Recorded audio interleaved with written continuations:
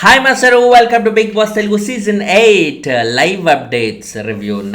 Mid night జరిగిన updates ఏంటి, దాని గురించి డీటెయిల్గా ఈ వీడియోలో అయితే డిస్కస్ చేసుకుందాం. యాక్చువల్లీ మార్నింగే ఇది పోస్ట్ చేయాలి వీడియో, బట్ నేను లేట్గా లేవడం, మధ్యలో ఇమీడియట్గా ప్రోమో రావడం, ఎర్లీ మార్నింగ్ దాని గురించి మళ్ళీ రివ్యూ చేసి ఇమీడియట్గా ఇప్పుడు ఈ వీడియో అయితే చేస్తాను అనమాట. ఎనీవే చూసుకుంటే ఫస్ట్ టోటల్ లైవ్ అప్డేట్స్లో మేజర్గా జరిగిన టాపిక్, మేజర్గా కాదు కంప్లీట్గా జరిగిన టాపిక్, నిన్న ఏదైతే వీళ్ళ మధ్య ఇష్యూ అయిందో యష్మిని చీఫ్గా సెలెక్ట్ చేసుకున్నందుకు, దాని గురించి జరిగిన ఆ రచ్చే త్రూఅవుట్ డిస్కషన్ అనమాట. డిఫరెంట్ కాంబినేషన్స్లో ఇదే గొడవ అవుతుందన్నమాట. ఈ ప్రతి ఒక్కరి పాయింట్లో సోనియానే మేజర్ పాయింట్ ఆఫ్ డిస్కషన్ అయితే అవుతుంది. తను ఏదైతే అనుకుందో తను అచీవ్ చేసింది అన్నట్టుగా అనిపిస్తుంది అన్నమాట. ఎందుకంటే అది పాజిటివో నెగిటివో, నేను జనాలు నా గురించి మాట్లాడుకోవాలి అనుకుంటూ తను ఎలాగైతే ప్రతి దాంట్లో వేలు దూర్చి నేనున్నానంటూ ఇన్వాల్వ్ అవుతూ వస్తుందో, ఇప్పుడు ఆమె గురించి కంప్లీట్లీ హౌస్లో అందరూ మాట్లాడుకుంటూ ఉన్నారన్నమాట నిన్న జరిగిన డిస్కషన్ గురించి. First actually Nikhil and Sonia వాళ్ళు మాట్లాడుకుంది ఏంటంటే, ఇప్పుడు ఓకే నిఖిల్ చెప్తుంది ఏంటంటే, ఓకే నేను యష్మి బడ్డీస్గా వచ్చాం, ఓకే, బట్ అంతవరకే మా పరిచయం, అంతకుమించి ఇంకేం లేదు, మేమేం కలిసి వర్క్ చేసిన సందర్భాలు ఏం లేవు, లేకపోతే థిక్ ఫ్రెండ్స్ అని కాదు, ఇంకేది కాదు, నార్మల్గా అలా వచ్చిన ఒక సందర్భం బడ్డీస్ గారు రావడం.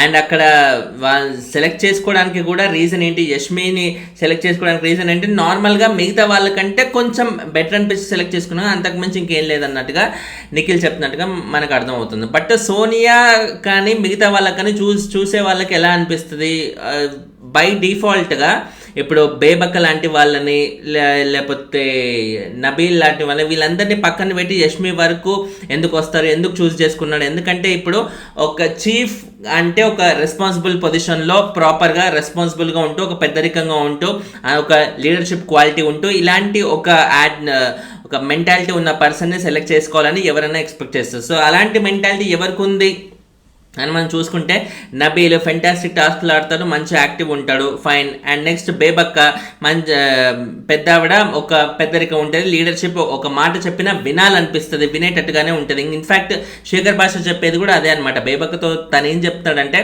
అక్క మీరు పెద్దవాళ్ళు, ఇప్పుడు మీరు ఒక పెద్దరికంగా మీరు ఒక మాట చెప్తే అందరికీ వినాలనిపించే ఒక పొజిషన్లో ఉంటారు. అదే ఇప్పుడు నైనిక ఎంత చిన్నపిల్ల, ఆ అమ్మాయి వచ్చి నువ్వు ఇలా చేయి అలా చేయి అంటే ఎవరికైనా వినాలనిపించేట్టు ఉంటుందా, వినాలనిపిస్తుందా?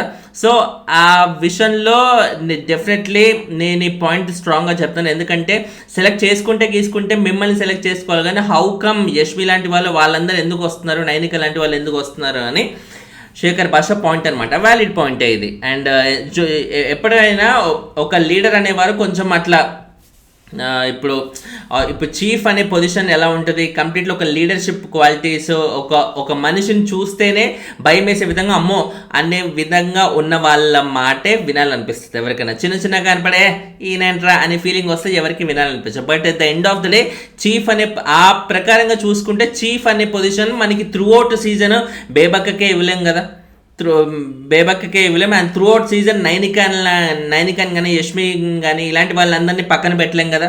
ఇట్స్ ఎ ప్రాసెస్, ఇది కూడా ఒక పాయింట్. సో నిఖిల్ తరపు నుంచి చూస్తే ఇది కూడా ఒక పాయింట్.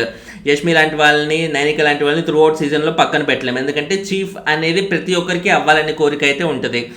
సో కేవలం పెద్దావిడ కాబట్టి కంప్లీట్లీ బేబక్క లాంటి వాళ్ళకి కేవలం చాలా ఎక్స్ట్రీమ్లీ టాలెంటెడ్ అన్నట్టుగా నబీల్ లాంటి వాళ్ళకి కేవలం అందరికీ డిస్ట్రిబ్యూట్ చేయాలనే ఉద్దేశంతో నిఖిల్ ఇక్కడ ఆలోచన చేసినట్టుగా తెలుస్తుంది. బట్ అదే ఎండ్ ఆఫ్ ద డే తను బడ్డీగా వచ్చాడు కాబట్టి, కలిసి వచ్చాడు కాబట్టి ఎవరికన్నా ఆటోమేటిక్గా అనుమానం రావడం అయితే చాలా కామన్ అనమాట. ఈయన కావాలని ఫేవరిజం చేస్తాడు యష్మికి అన్నట్టుగా.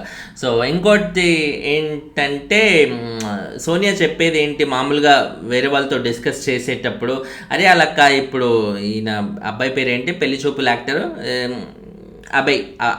అభయ్తో మాట్లాడి తను చెప్తుంది ఏమంటే, మామూలుగా ఆ అమ్మాయి ఎలిజిబుల్ కూడా కాదు అసలు చీఫ్ పొజిషన్, ఎందుకంటే ఆ హౌస్లో ఆవిడ పెద్ద పనులు చేసిన సందర్భాలు ఏం లేవు. అండ్ ఒక సందర్భానుసారంలో డ్రెస్ చేంజ్ చేసుకోవాల్సిన అవసరంలో కూడా తను చేసుకోలేదు అన్నట్టుగా కొన్ని మాట్లాడుతున్నాం. డ్రెస్ చేంజ్ చేసుకోలేదు అంటే, ఇప్పుడు ఏ డ్రెస్లో తనకు కంఫర్ట్ ఉందో, ఏ విషయంలో తన కంఫర్ట్ ఉందో తనకి ఆ కంఫర్ట్ ప్రకారంగా చేస్తుంది. కానీ అన్నీ సోనియాకి నచ్చినట్టు ఇంకొకరు ఉండాలి, సోనియాకి నచ్చినట్టు ఇంకొకరు మసులుకోవాలి అన్నట్టుగా రూల్ ఏం లేదు కదా అక్కడ. సో అదనమాట. అండ్ తర్వాత శేఖర్ భాష నిఖిల్తో చెప్పేది ఏంటంటే, ఇప్పుడు నాకు కోపం అన్నావు, చాలా ఇట్లా బర్స్ట్ అవుతా అన్నావు, అందుకే నేను చీఫ్గా పనికిరాను అన్నట్టుగా అన్నావు. బట్ అదే క్వాలిటీ యష్మికి కూడా ఉంది కదా. నిన్న యష్మి అలాగే కదా అందరి మీద, ఇప్పుడు సోనియా మీద బర్స్ట్ అవుట్ అయింది, నువ్వు చీఫ్గా ఎలిజిబుల్ కాదు, నువ్వు ఇర్రెస్పాన్సిబుల్ అనగానే బర్స్ట్ అవుట్ అయింది కదా, మరి దానికి ఏమంటావు అన్నట్టుగా శేఖర్ భాష అంటున్నారు. ఇప్పుడు డెఫినెట్లీ అక్కడ చాలా వ్యాలిడ్ పాయింటే, మంచి పాయింటే రేస్ చేశారు. అండ్ ఇంకా నైనిక ఏమో తను కూడా ఆన్సర్ చేయడానికి ఇట్లా పెద్దగా మాట్లాడుతూ ముందుకు వస్తే, ఆగు నువ్వు చిన్నపిల్లవి, నువ్వు ఆగు అన్నట్టుగా చెప్తున్నారు. అదే నేను చిన్నపిల్లనేంటి, నేను చిన్నపిల్లల ఎలా అవుతాను అన్నట్టుగా నైనిక అంటుంటే, అసలు ఆగు, నీకు సంబంధం లేదు, ఇక్కడ అందరూ నన్ను క్వశ్చన్ చేస్తున్నారు కాబట్టి నేనే ఆన్సర్ చేస్తాను అన్నట్టుగా నిఖిల్ ఒక పెద్దరికంగా బాధ్యత అనేది తన భుజాల మీద వేసుకొని అందరికీ ఆన్సర్ చేసే విధంగా, అందరికీ ఆన్సరబుల్గా నిఖిలే ఉన్నాడు కాబట్టి నైనికాని మధ్యలో ఇన్వాల్వ్ చేసి ఆవిడని కూడా దాంట్లోకి తోసే ప్రయత్నాలు అయితే ఏవి చేయలేదు. అది ఒక అప్రిషియబుల్ థింగ్ అని చెప్పాలి నిఖిల్ విషయంలో. అండ్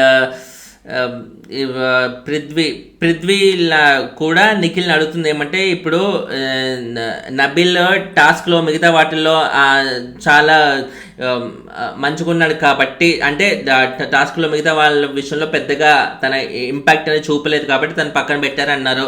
బట్ నైనికాని ఎలా కన్సిడర్ చేస్తున్నారు? నైనిక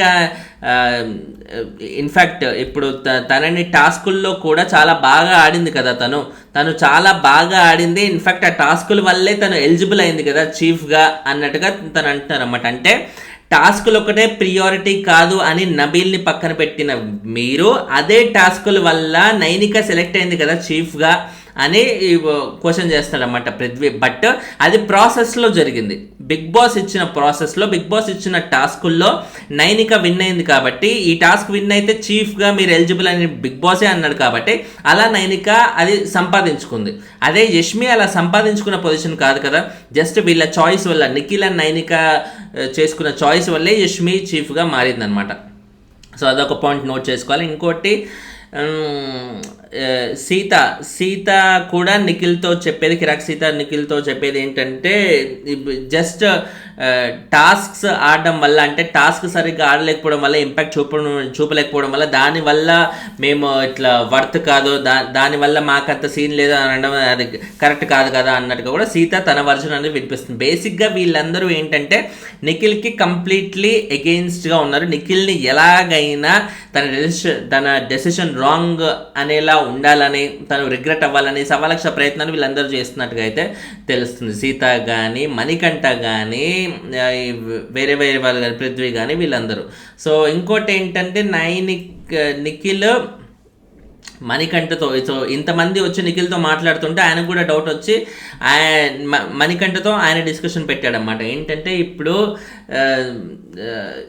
నిఖిల్ అంట, ఓకే ఇప్పుడు నా పొజిషన్ ఎలాంటిదో వాళ్ళకి అర్థం కాలేదు, ఇమ్మీడియట్గా హౌస్లోకి వచ్చే సెకండ్ డేనే ఒకరిని వీళ్ళందరినీ పక్కన పెట్టి ఒకరిని చూస్ చేసుకోమంటే నేను ఎలా చూస్ చేసుకోవాలి, నా డెసిషన్ అంత స్ట్రాంగ్ పాయింట్స్ ఇవన్నీ ఆలోచించి ఇంత గ్రౌండ్ వర్క్, ఇంత బ్రెయిన్ వర్క్ చేసే విధంగా ఉండదు కదా అన్నట్టుగా నిఖిల్ ఉద్దేశం అనమాట. సో మణికంఠతో తను చెప్పేది అదే, ఇప్పుడు నేను ఇలా దొరికిపోయాను, ఓకే రేపు వాళ్ళు దొరికిపోరా, రేపు వాళ్ళకు కూడా ఇలాంటి పొజిషన్ వస్తే వాళ్ళు కూడా ఇవన్నీ ఇంత గ్రౌండ్ వర్క్ చేసి, ఇంత బ్యాక్గ్రౌండ్ అన్నీ చేసి వాళ్ళు కూడా చేస్తారా, చూద్దాం ఎంతవరకు చేస్తారో, నా పొజిషన్ వాళ్ళకు వచ్చినప్పుడు చూస్తాను నేను కూడా అన్నట్టుగా అయితే నిఖిల్ అంటాడు. తను ఏది ఇట్లా పగ సాధించాలి, అబ్బా దొరికారు రైడు అన్నట్టుగా నిఖిల్ యాటిట్యూడ్ లేడు.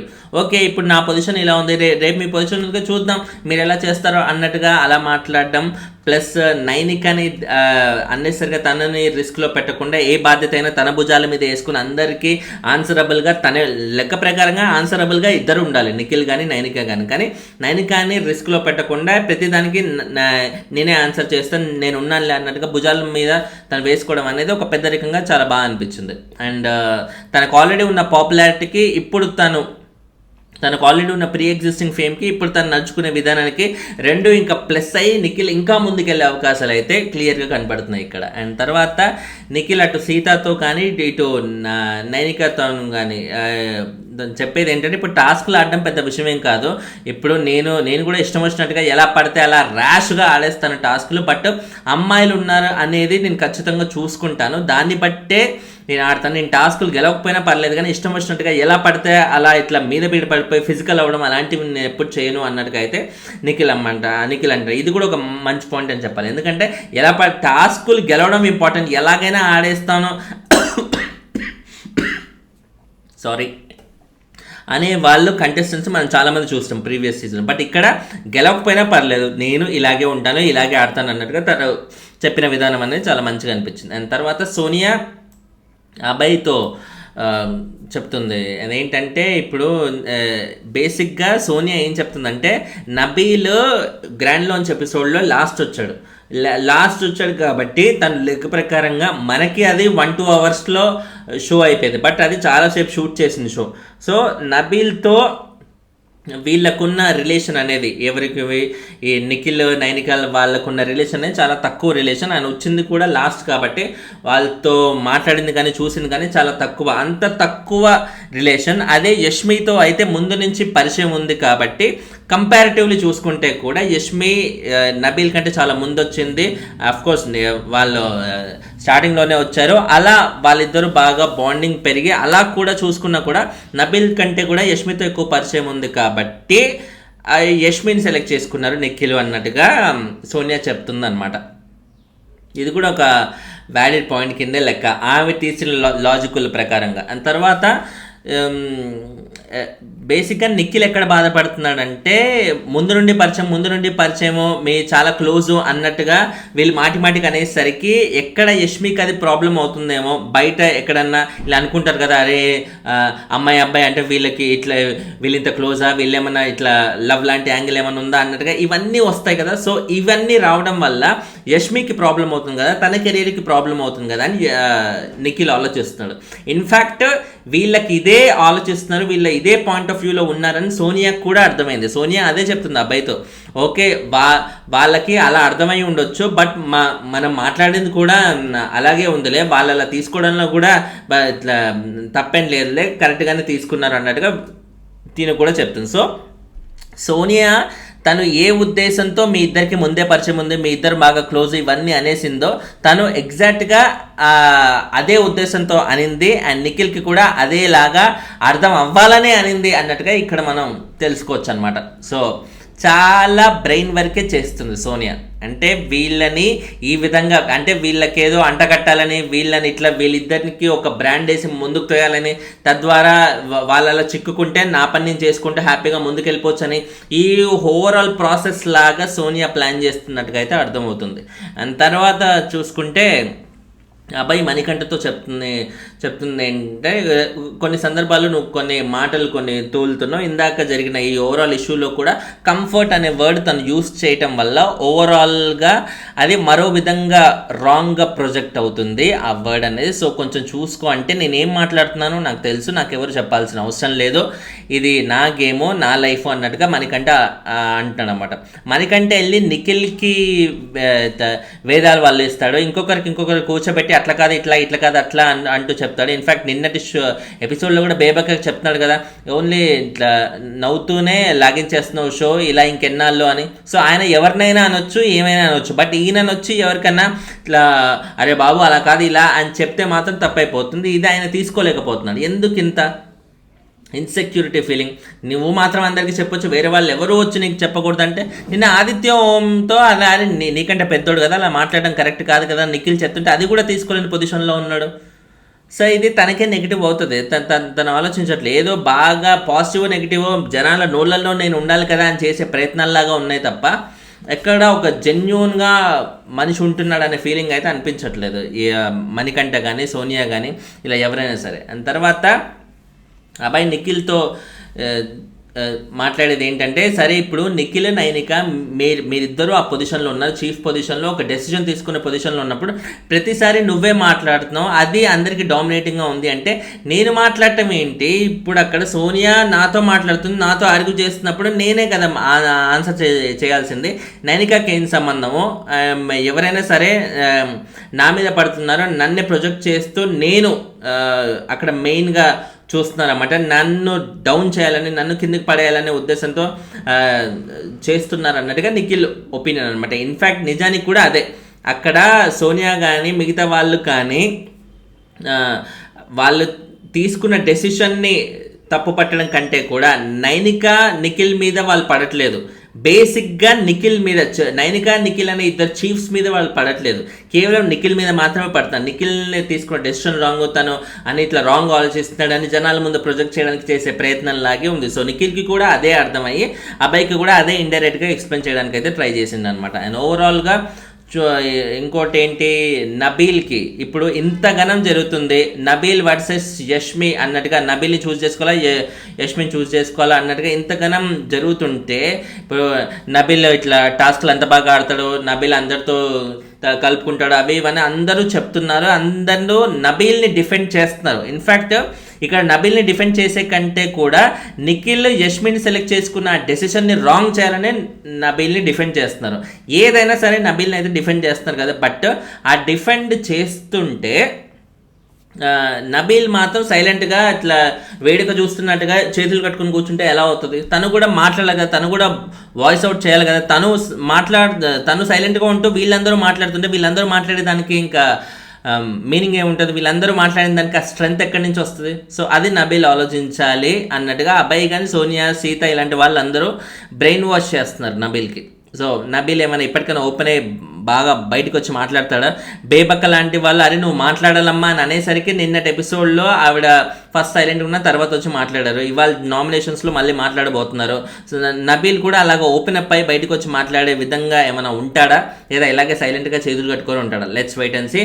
అండ్ ఇవి నైట్ జరిగిన midnight updates. Thanks lot for watching. ఛానల్ని సబ్స్క్రైబ్ చేసుకొని కొంచెం ఇన్స్టాగ్రామ్ని కూడా లైక్ చేస్తుంటే, ఇక్కడ లేని చిన్న చిన్న అప్డేట్స్ ఉంటే అక్కడ పోస్ట్ చేస్తుంటాను. దిస్ ఈస్ ఫనీ అని ఛానల్ నేమ్ లాగే దిస్కి ఇస్కి ఫనీకి గ్యాప్ లేకుండా ఉండే పేజ్ని లైక్ చేయండి. కొంచెం లైకులు వీడియో కూడా కొడుతుంటే ఎక్కువ మందికి ప్రమోట్ అవుతుంది. దయచేసి లైక్లు అయితే మిస్ చేయకండి. బాయ్.